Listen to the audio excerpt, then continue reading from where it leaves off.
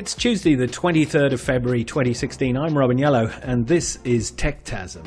And with me, as always, is James Woodall. Hello. Welcome to the show, James. This week, we're going to be looking at Cyanogen getting into bed with Microsoft, Spotify moving themselves onto Google's cloud, Mastercard making sure that you take a picture of yourself whenever you want to buy anything, and Tim Cook hints at an Apple car. Ron Amadio in Ars Technica reported this week that Cyanogen have announced a new relationship with Microsoft. Now, they had a previous strategic partnership where the two companies, where Microsoft apps would be put onto the Cyanogen mod. And for those of you who don't know, Cyanogen is a version of the Android open source project. It looks like Android. It's based on Android. Well, it basically is Android. But doesn't come from Google, so it doesn't carry the Google services. Well, actually, I think it's capable of carrying the Google services, but fundamentally it's Android, but it comes from a different company. And the reason for this is because Android itself is an open source operating system. By Google's design, they made it open source, of which Google's implementation of Android is one version. So anyway, Cyanogen have got plans themselves to be a big player in the Android world. But it's this relationship with Microsoft which interests me, James. Mm-hmm.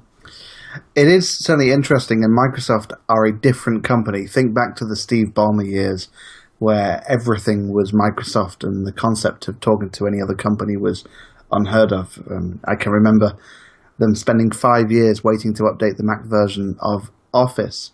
So in the last couple of years, they've really gone great guns in showing how they're an open company.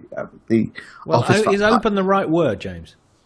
Well, they contribute to Linux, believe it or not. That is true. And you know, they're putting all their effort into Android and iOS apps right now.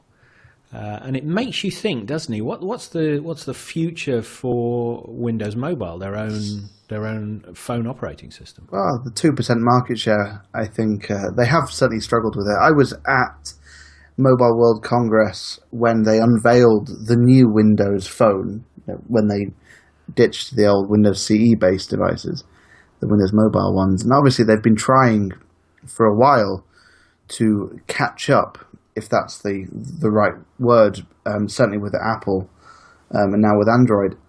I think with the new Microsoft 3.0, that maybe the hardware's not that important for them anymore. Because if they can get their core services deeply embedded inside the operating system, they are a software company at the end of the day.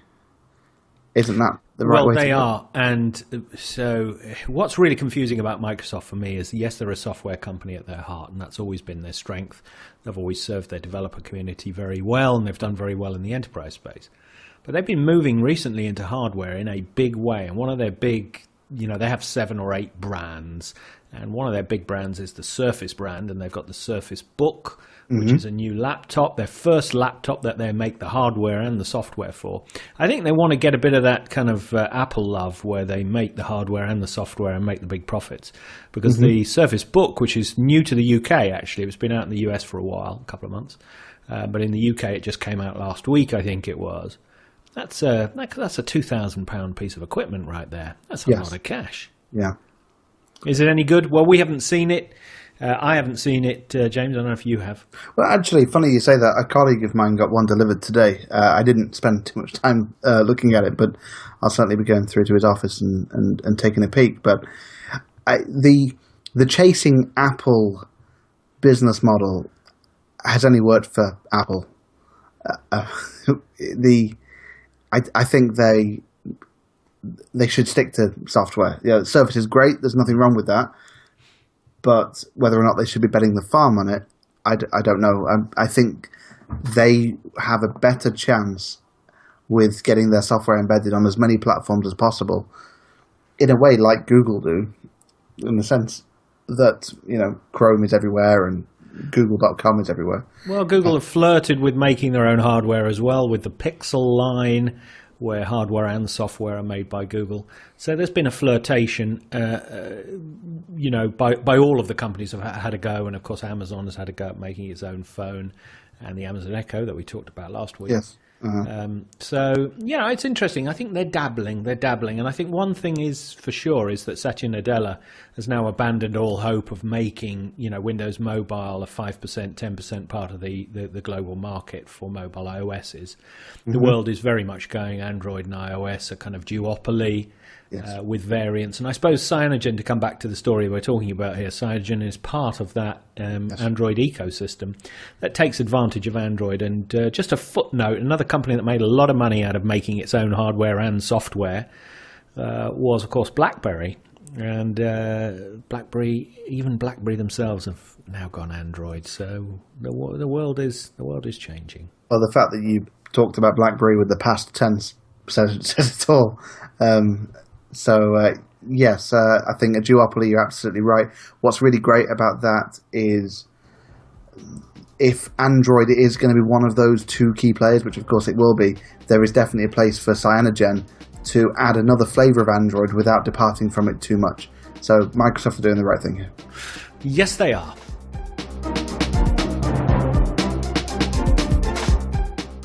Alex Conrad reported this week in Forbes that Spotify is moving on to Google Cloud. And that's a big win for Google over Amazon and Microsoft. Now, Spotify offers 30 million songs, streaming songs. Everyone knows what Spotify is. And everybody's tried it, if not paid for it. But interestingly, Spotify have now come to the decision that they want to end their dependence on their own data centers, and that moving, in their words, the balance has shifted. And it makes it a no-brainer, in Spotify's words, to move to the cloud. Now, the cloud, of course, is, let's define the cloud for the purpose of this conversation, James, to be Google, Amazon, AWS, and Microsoft Azure. There are other people playing in the space, but they're the three big ones. Spotify's gone to Google in this case. Yes. What's so big about this story? Well, obviously, there's two angles really from this. It's kind of a story within a story.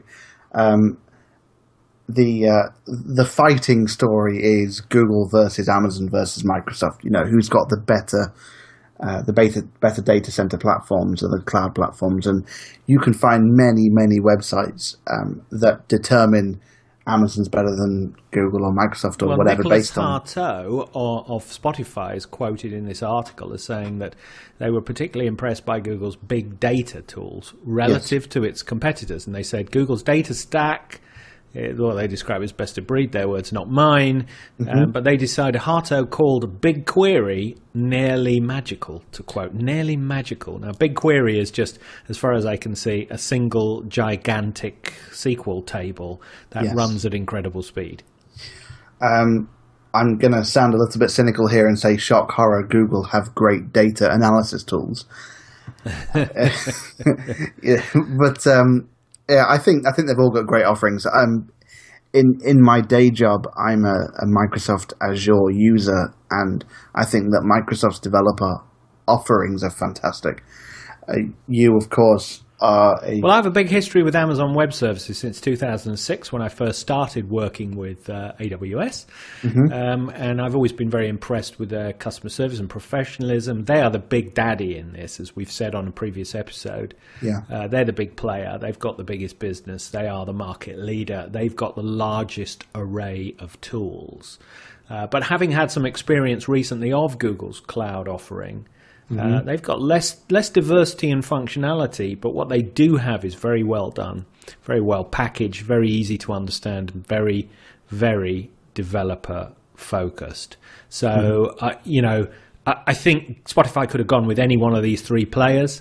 I think what we're talking about here for Techtasm, though, is it worth running your data center on your own, or should everything go to the cloud?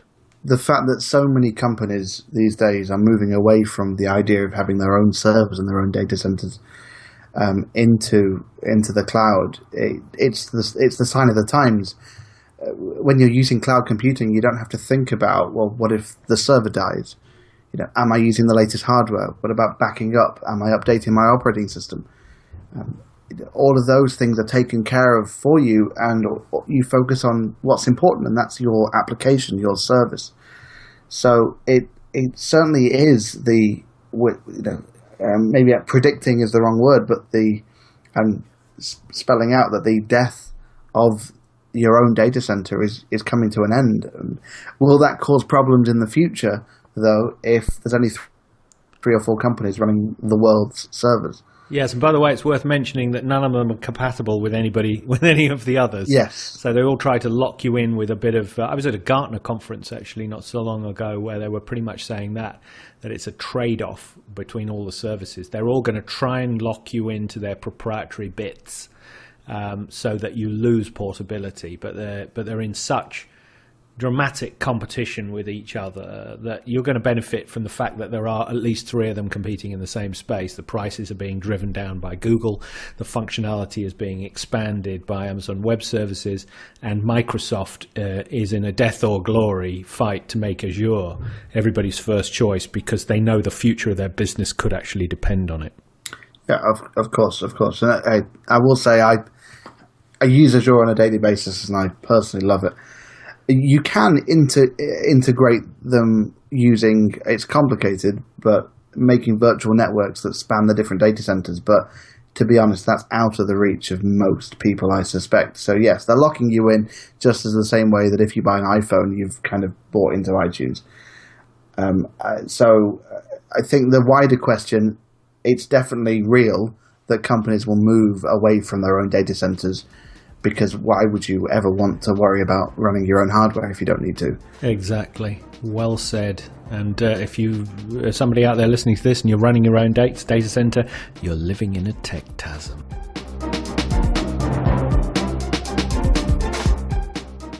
Leo Kellyan on BBC News reported from Mobile World Congress 2016 in Barcelona that Mastercard are rolling out selfie ID checks. Yes, you heard it right. The Mastercard app wants you to be able to confirm your identity using a selfie or a fingerprint as an alternative to passwords when verifying IDs for online payments. Now, it follows a trial that they ran in the US and Netherlands last year, and 92%, according to this article, of the test subjects preferred the new system to passwords. Now, what do you do, James, if your phone doesn't have a fingerprint scanner on it? I'm guessing you don't. Can you hold your fingerprint over the camera? I doubt it somewhat. Well, my phone doesn't actually have a fingerprint scanner on it. I've got an old Nexus 5. Yours does, though, doesn't it? Yes, I'm an iPhone 6. Every year at every trade show, there's a story that certainly makes me think, what? And in that voice. Yeah. Exactly that voice. In fact, I record it and play it back to myself. Yes, so you should. Whenever such a moment arises. Wow. Interesting idea. Are people really going to be standing in shops taking pictures of themselves? Well, it says here, so the picture that's shown on the site is the users are forced to blink while the identity check app looks at your selfie. So it looks for some motion or movement, in this particular case of your eye, for a blink. So there may be something in the shape of your blink which is difficult to reproduce. They may know something we don't. They might well do. Okay. It's a Techtasm, isn't it? It's got Techtasm written all over it. It certainly does. Well, look, before we call it a Techtasm too quickly, which is the danger here, that we haven't talked about it enough. All right, but I don't want to over-egg it. But before we do that, remember it is MasterCard that we're talking about here. And you've got to remember also that Alibaba in China also demoed a pay-with-your-face system of its own. Didn't put it into production, but demoed it. Microsoft have had clever facial recognition with their Windows Hello software that uses iris scans as a biometric test using the inbuilt near-infrared scanner. Well, it's the front-facing camera, basically, but it can do near-infrared. Sure. So actually, biometrics are real. Apple Pay uses your Touch ID when you go and use your Apple Pay in McDonald's or whichever restaurant you are visiting. Obviously, we're classy here on That's Techtasm. right, top drawer. when we're having our Techtasm yearly dinner at McDonald's, you'll activate your fingerprint scanner on your phone. 100%. Well, actually, I will use my watch. The watch, yes, but you actually don't you still have to press the Touch ID sensor to make a transaction? No, not on the watch. On the watch, you just double tap one of the buttons and the card gets activated. There's no phone required. Oh, okay, interesting. So therefore, you're making a transaction without fingerprint verification. Correct, because certainly on the Apple Watch, particularly, it will unlock itself if it leaves my wrist. So I have to unlock it when I put it on, and I'm going to know if I'm paying with it as it's physically attached to me. So it's secure in that respect. I'm going to call this one a reel. It looks like a Comedy Mobile World Congress story, and it's our only MWC story for this episode, by the way. But I think that as a part of a range of information that the app knows about you, what you've done with the phone, who you are, who you've logged on as, including a photograph and a wink in this particular case. It may sound far-fetched, but it's all data information which allows them to verify how reliable that transaction is. So I'm going to say we're going to start seeing more of this stuff. I suspect you may have the opposite opinion.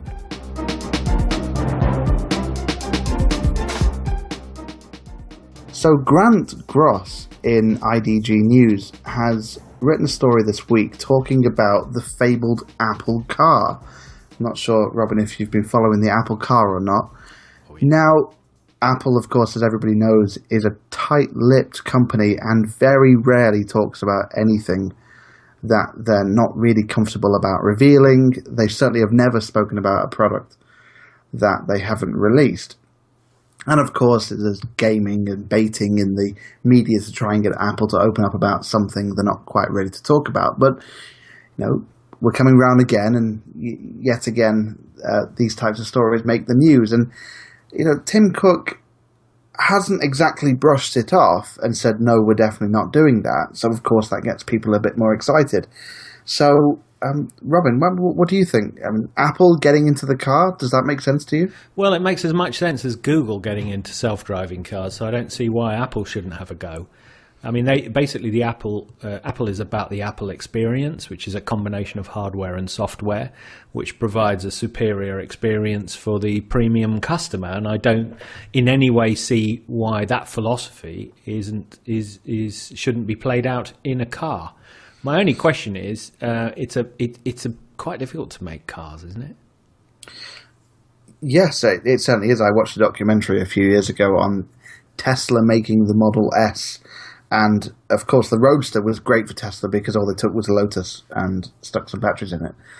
The Model S was a complete, I would call it a rewrite to living in the software world, but whatever they call it in the car world, a re-engineer maybe. And it took them a lot longer than expected, and it was a lot harder. So, and with a premium car like the Model S, for example, I've got a friend that's got a Model S. That thing gets recalled and fixed, but it's all done automatically. The car reports its faults, and they turn up and fix it, men with white gloves. So actually the customer experience, the experience of owning one is continuous. If it has to be serviced or taken away, they leave you with the same car on the drive. So you just get into it and carry on driving and you don't care. So actually in terms of buying an experience, it's very good. And JD Power, the JD Power surveys have shown that satisfaction in owning a Tesla Model S is the highest of any car. And they're beating Mercedes and BMW in North America. It's the most popular premium luxury car in North America, and you do not achieve that without having a reliable car. I would make the argument, though, that electric cars are the most simple cars you can think of. They've got one big moving part. They don't have a gearbox. They don't need lubrication. The electric motor has been around for donkey's years. And in fact, the first cars in the late 1800s, early 1900s were electric. And for a good time there, up to about 1910, 1915, people didn't know whether cars were going to be electric or whether they were going to have petrol engines in them. So, electric cars are kind of the past coming back to the future. But are they a stopgap to hydrogen? Oh, no, I would say it's the other way around. Well, so look, hydrogen fuel cell vehicle is an electric car. It just happens to get its electricity from a hydrogen fuel cell rather than a battery. And in fact, hydrogen fuel cell cars like the Toyota Mirai actually have a battery pack in them so that the power that's produced from the fuel cell can be regulated. And by regulated, I mean, when you've got the fuel cell running, it's producing power, and it's not the kind of power that you can turn on and off easily. It ramps up, it produces power, it ramps down again. So it actually needs a battery pack in it anyway. But it's still an electric car. My car, Nissan Leaf's done over 30,000 miles. It's had one tire kicking service, which cost me £80, $120. Yes, my Mercedes is asking for a service at the moment, and I'm pleading. Pleading, yes, and I'm resisting because I know that it will certainly. Well, I've cost been in more your than car £80. when you've pulled away from the lights, James, and I'm not surprised at all that it's pleading. Yes. So I can believe this one. I want to call this one a real because I know it's a matter of record that they've been hiring people from the auto industry. Could have been under the smokescreen of their Apple CarPlay edition, which allows when you're in your car to use the Apple iOS interface on the media center and the dashboard for notifications, maps, etc. But these were people that they were hiring away from Tesla, the kind of people that were going to Tesla were ending up at Apple. So either they're doing a big think piece about whether they should get into cars, or they're drawing their plans. And I would say good luck to them. I want to see some competition in electric cars from people who are not traditional car manufacturers. So I'm going to call this one a real. I agree with you. I think it makes perfect sense for them.